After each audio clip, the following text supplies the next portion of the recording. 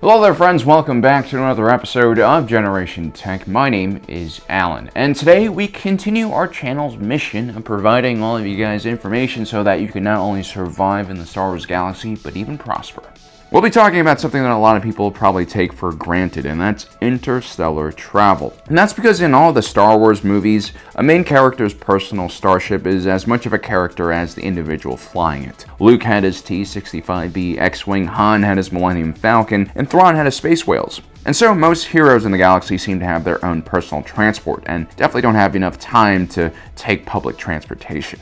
But for the rest of us normies who aren't even named characters in the background, well, we most likely can't afford that, and so we'll be in line in the spaceports just like everyone else. And so while you're waiting in line today, we'll explain how the average person travels from planet to planet in Star Wars.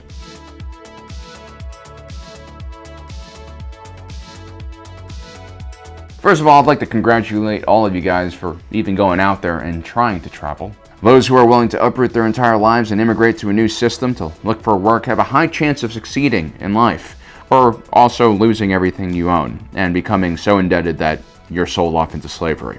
The point is, the galaxy is run and shaped by individuals who are willing to risk everything and venture out of their comfort zone, and not by the individuals who sit at home and wait for things to happen to them. So good on you for even trying, for all those getting out there. Now, if you never left your home on Coruscant or the moisture farm on Tatooine, your first order of business is to get the right sort of document so you can get out of your home port in the first place. Hopefully, you're lucky enough that when you were a kid, your parents got you something like this, an intergalactic passport. This Imperial document includes some basic information like name, address, along with some biomarkers to identify you. There's also further information about your recent financial transaction and what type of ship you can operate, because, the Empire likes to know those things. This gave Imperial citizens access to the 6 primary galaxies. Then you also had the Galactic Passport, which was also issued by the Imperial Space Ministry. It looked a bit different and gave an individual free passage through the known galaxy. It was actually considered a major felony to stop individuals with the Galactic Passport from traveling, unless of course you're the Empire. Now, not everyone was lucky enough to get this type of passport for either political or economic reasons. It was just out of reach for a lot of people.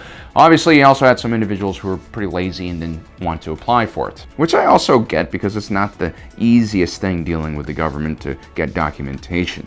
Now, my understanding is that only the more loyal Imperials from the more loyal Imperial core worlds were able to easily get access to this type of passport. In certain cases, identichips that all Imperial citizens were required to carry on their bodies could also be used for more local trips. For everyone else, they had to use their Imperial chain code in order to board a ship and travel to another planet.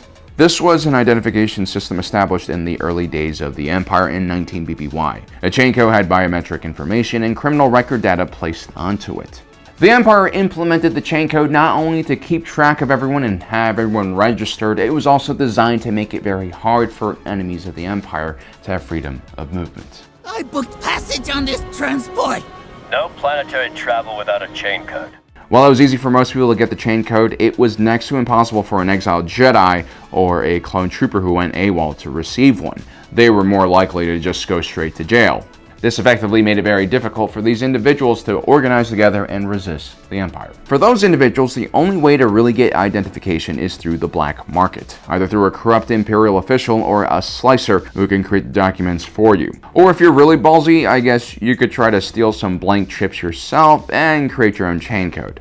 Either way, this is a really risky move, and if you get caught or someone rats you out, you will serve a lot of time in Imperial prison. Or you also run the risk of getting terribly made counterfeit chain codes that will get you caught anyway. This isn't some kind of game like trying to enter a bar with a fake ID. Well, actually, it's kind of similar, but the stakes are a lot higher. Stakes. Now, if you're really ballsy, you can even take a bribe right up to the immigration official when they ask for your ID chips. You can just give them credits, coaxium, or whatever you think will catch their eye. It'll ultimately be up to them to let you through, though. The more corrupt and desolate and remote the outpost is, the more likely you'll be able to get through. You know what Obi-Wan Kenobi should have sold instead of Luke's speeder? His lightsaber. That would have fetched a lot more money.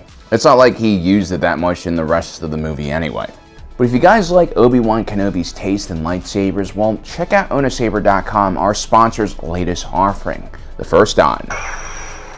And yes, this blade is inspired by Obi-Wan's first and second lightsaber. You know, back before he became a hermit on Tatooine, back when he was guiding clone troopers on the grand battlefields of Geonosis. This is one of Owner Saber's Xenopixel blades, which means the blade has an LED strip going through it, which can be lit separately, creating all sorts of cool effects, including my favorite, blaster mode. Hold. Steady. Wait till you see their beady aquatic eyes.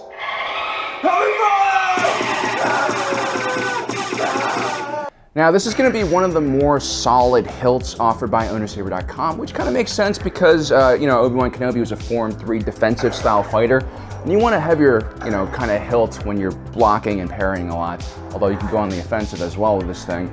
If this sounds like a blade you guys want to check out, look in the description below. We'll link it there. Also, OwnerSaber.com is offering 20% off on all lightsabers. And if you use our promo code, MEOW, that's all caps, you get another 10% off. Thank you for your patience. On to the rest of the video.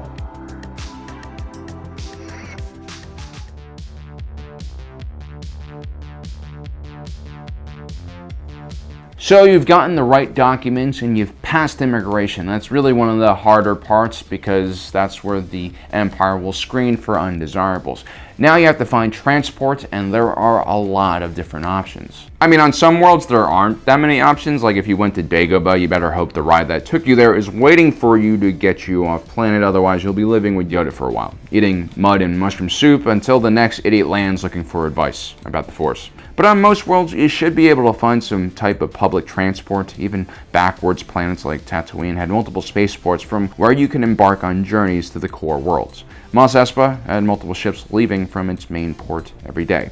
Now, how much credits a trip costs varies greatly depending on where in the galaxy you are, what kind of ship you're going on, which company you're going with, and what class of passage you're booking.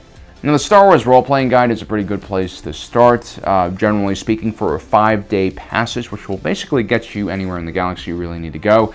It costs around 500 credits for steerage class, 1,000 credits for economy, 2,000 credits for business class, and then 5,000 for luxury or first class. This should correspond with real-world expectations. In steerage class, you're basically lucky you're inside the hull of the ship and not on the outside. Economy usually involves some creature comforts like an assigned seat. Business class affords you even better assigned seats. Usually these are placed in less crowded cabins. And then luxury or first class can mean anywhere from a lazy boy to a full-on private compartment.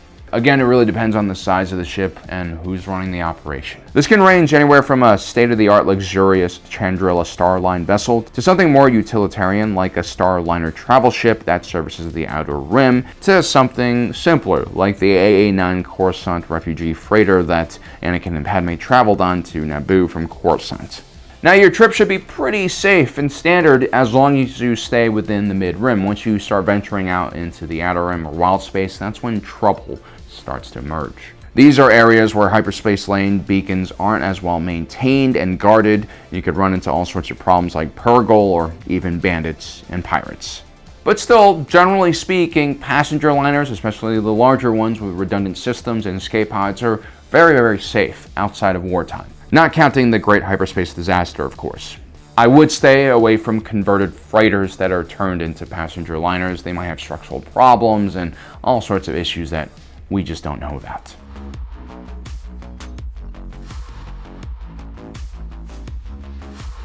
Now, sometimes for whatever reason you want to book a private transport, or maybe you think, public transportation is for peasants or communists. That, or you have the extra credits available and don't mind forking over the extra cash. Or maybe you have a special request or are in a tricky position where you want to avoid security forces. Well, when Luke Skywalker and Obi-Wan Kenobi try to smuggle the Death Star plans off of Tatooine, they approach an independent contractor known as Han Solo. Han Solo wasn't just some regular Uber driver, of course. He had some special skills, smuggling skills, and a ship equipped with a very janky but extremely fast hyperdrive. And he also had many special compartments to hide stuff in. Han Solo definitely had a Hutt bounty on his head and probably some Imperial bounties on his head as well, but then again, Obi-Wan Kenobi was just as sketchy. He had in his possession a droid that the entire Imperial military force in the sector was looking for, and he was also an exiled Jedi, which is basically an illegal thing to be. Needless to say, both sides of this agreement understand that a firefight and a dogfight might ensue if they come to an agreement. This is why this trip cost Obi-Wan and Luke 17,000 credits. Well, actually, Obi-Wan only had 2,000 credits on him. Being an old hermit living in the middle of nowhere, he had to sell Luke's speeder to just raise enough cash for that. Obi-Wan promised to pay Han Solo 15,000 credits more once they got to their destination of Alderaan.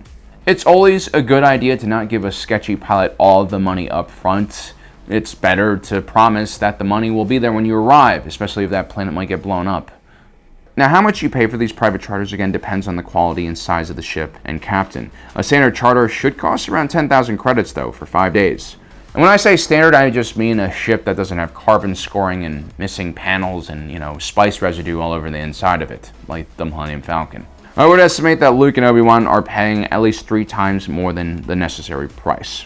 But then again, with individual pilots, it can really vary how much they're going to charge you. For instance, when Din Djarin was searching for his fellow Mandalorians, he gave a talking lizard thing a free ride in exchange for information. And this wasn't just an easy walk through the park via hyperspace. The lizard thing wanted to go the subspace route, which takes a lot longer and is a lot more dangerous. She apparently wanted to protect her eggs or something.